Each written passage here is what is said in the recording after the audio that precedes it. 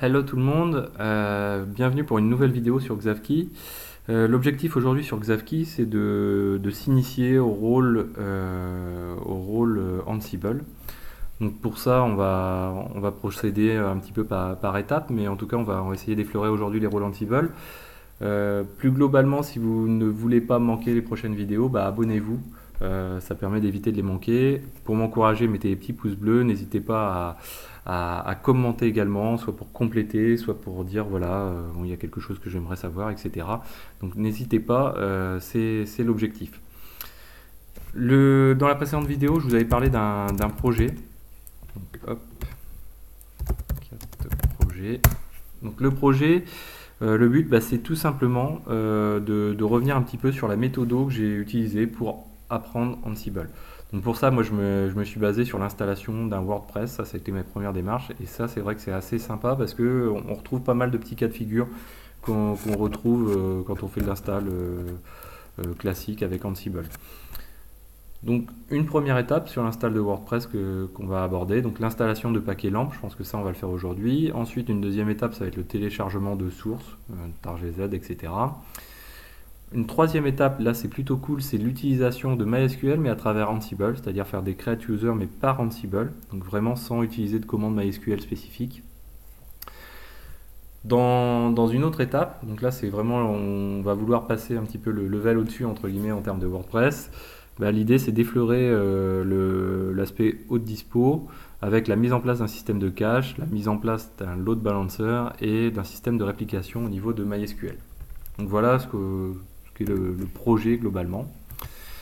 Alors pour commencer sur les rôles, donc moi ce que j'ai actuellement, hop, voilà, j'ai un inventory avec un fichier host.yml dans lequel j'ai deux machines, la 172.17.0.3 et la 172.17.0.4.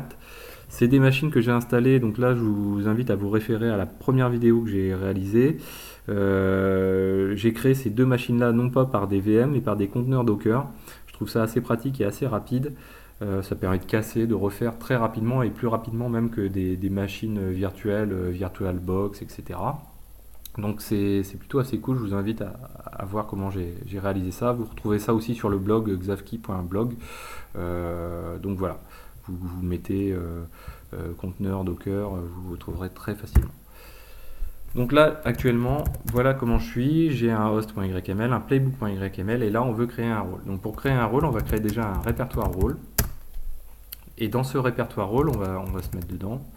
On va utiliser la commande, la commande Ansible-galaxy.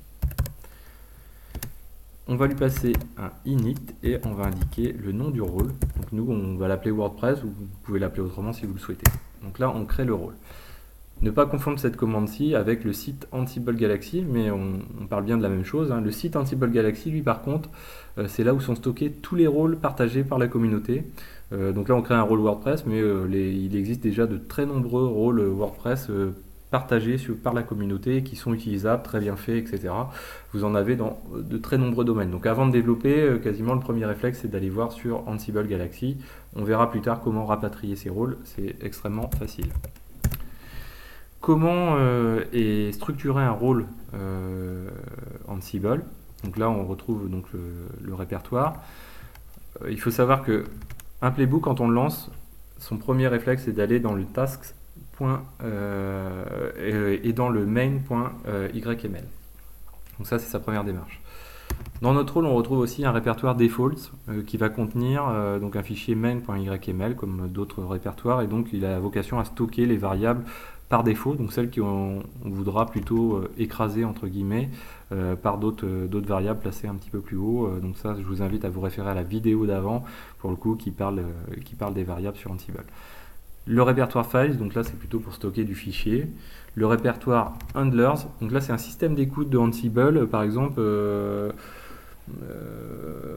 Quand on va modifier une conf, par exemple une configuration d'Apache, on a besoin de relancer le service juste derrière. En fait, on va pouvoir mettre en place un système d'handlers qui va écouter, qui va voir quand le fichier va avoir été modifié. Hop, il va lancer une tâche spécifique qui va permettre de relancer le service ou de faire un reload. Le méta, lui, il est vraiment dédié à la partie au site Ansible Galaxy. Donc là, si vous souhaitez pousser vos sites sur Ansible Galaxy, il faudra bien remplir le méta. Je vous invite à vous rendre dans le main.yml, vous allez voir, il y a des éléments à remplir. La documentation proprement dite du rôle, c'est plutôt dans le readme.md, assez classiquement comme tous les scripts. Le task, on vient d'en parler, donc c'est là où on va orchestrer un petit peu les différentes actions. Le template, lui, il va stocker les fichiers de template Jinja 2. Le test, lui, on va pas trop y revenir dessus, c'est le moyen de tester le rôle.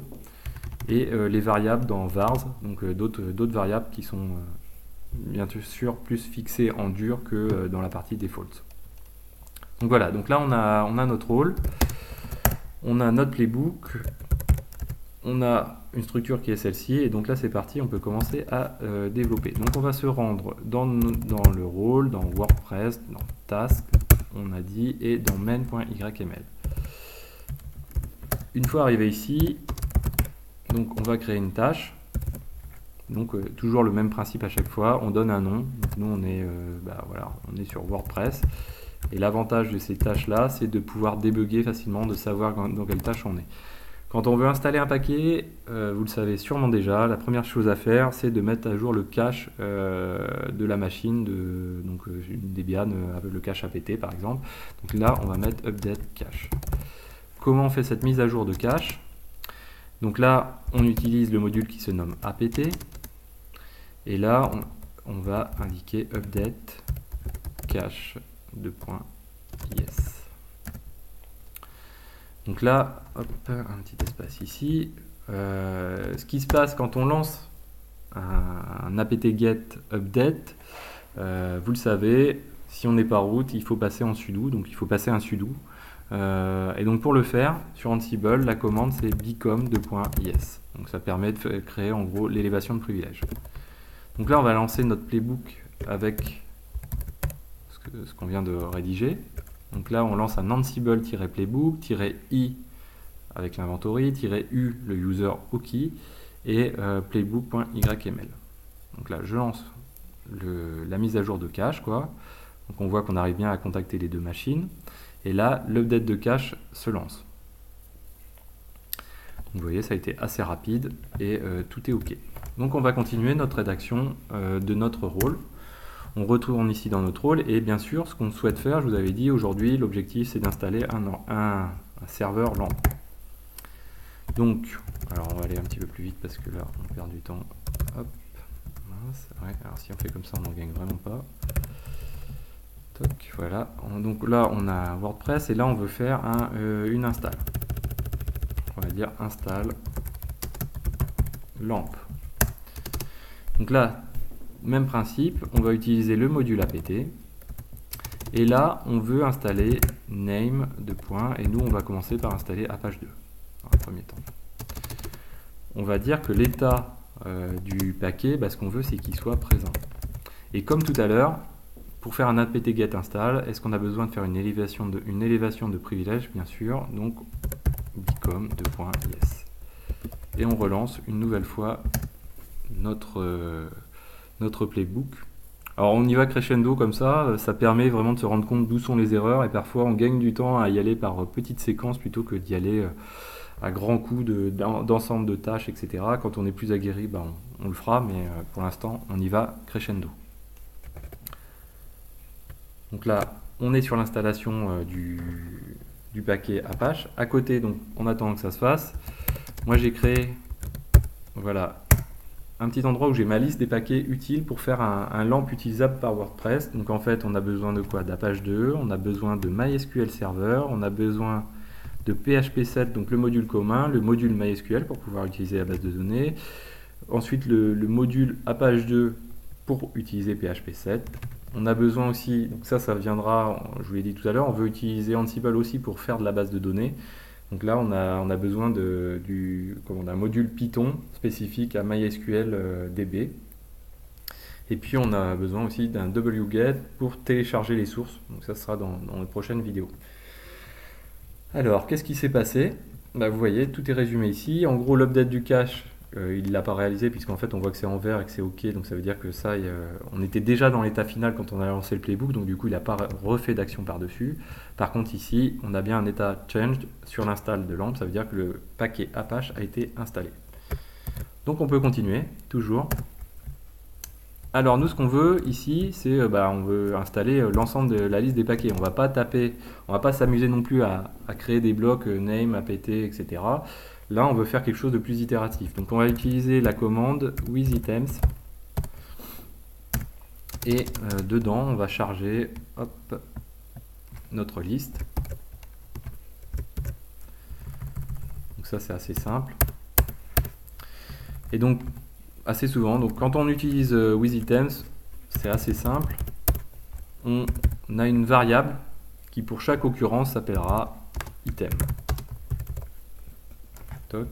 Donc là on a quelque chose qui est correct. On va le lancer. Toc, je relance. C'est parti. Là ça va demander un petit peu de temps également, puisque on a quelque chose où on va installer quand même pas mal de paquets. Ici, hop, donc là si je recharge, vous voyez, alors là c'est pour vous donner l'indication de l'étape suivante. Vous voyez, quand je tape l'IP d'un des conteneurs et que je le rafraîchis, je n'ai pas d'Apache lancé. Donc qu'est-ce qu'on va chercher à faire? Dans l'étape suivante, on va démarrer le service Apache. Donc pour ça, on a un module Ansible qui s'appelle service. Et puis donc on va dire name Apache 2 state started. Ça sera ni plus ni moins que ça. Bien sûr, comme tout à l'heure, on se pose la question, quand on démarre un service, est-ce qu'on a besoin de faire une élévation de privilèges? La réponse est oui, bien sûr, quand on est sur la machine et qu'on n'est pas root, on fait un sudo. Donc on passera par la commande become yes pour pouvoir le faire.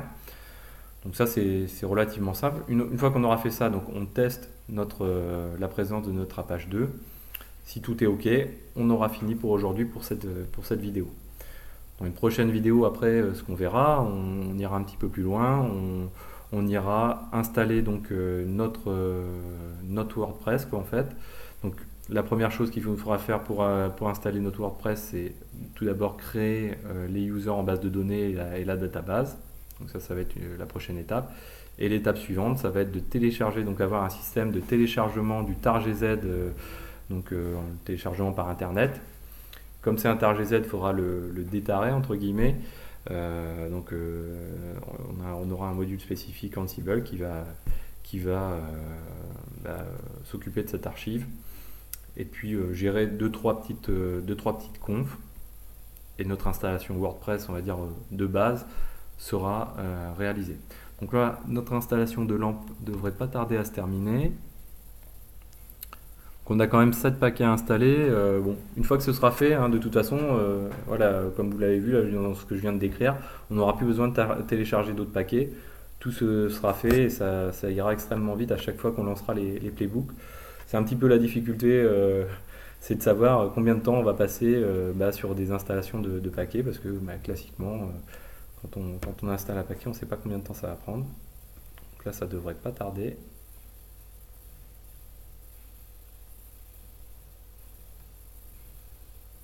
Alors comme je vous le disais, n'hésitez pas surtout à vous abonner, parce que comme vous avez cru le comprendre en tout cas, toutes les vidéos sont imbriquées les unes dans les autres. Et donc, vaut mieux éviter d'en manquer, parce que ça permet de bien voir les morceaux et puis d'y aller petit à petit surtout. Donc vous voyez, voilà, là l'install du LAMP a été réalisé, donc on a bien quelque chose qui est correct. Donc là on a un état changed, ça veut dire que les paquets n'existaient pas auparavant et donc ils ont été placés. Hop, ici, moi ce que je vais faire, je vais finir par modifier donc ce qu'on vient de dire. Donc ce qu'on va faire, c'est aller démarrer le service. Donc là, hop, je vais me mettre à la fin pour pas qu'il y ait de soucis. Voilà. Donc ici, on utilise le module service. Dans name, on va dire Apache 2. Donc le service Apache 2, on va s'occuper de lui. Et on va dire l'état state started. Et comme je l'ai expliqué tout à l'heure, become .yes. Donc là, on va relancer, ça va aller beaucoup plus vite. Qu'en fait, vous allez voir, donc on va avoir que du vert quasiment jusqu'à la fin. Donc on on arrive bien à joindre les machines. L'update du cache passe au vert. L'install du lamp va passer également au vert. Voilà. Et donc là, on a un état changed pour le service Apache. Et donc si on se rend ici sur notre machine, on lance, on a bien un Apache de lancer. Donc voilà, donc n'hésitez pas à mettre un petit pouce bleu parce que franchement ça fait du bien quand on voit qu'il y a des gens qui regardent. N'hésitez pas à partager. Et puis je vous dis à très bientôt sur Xavki.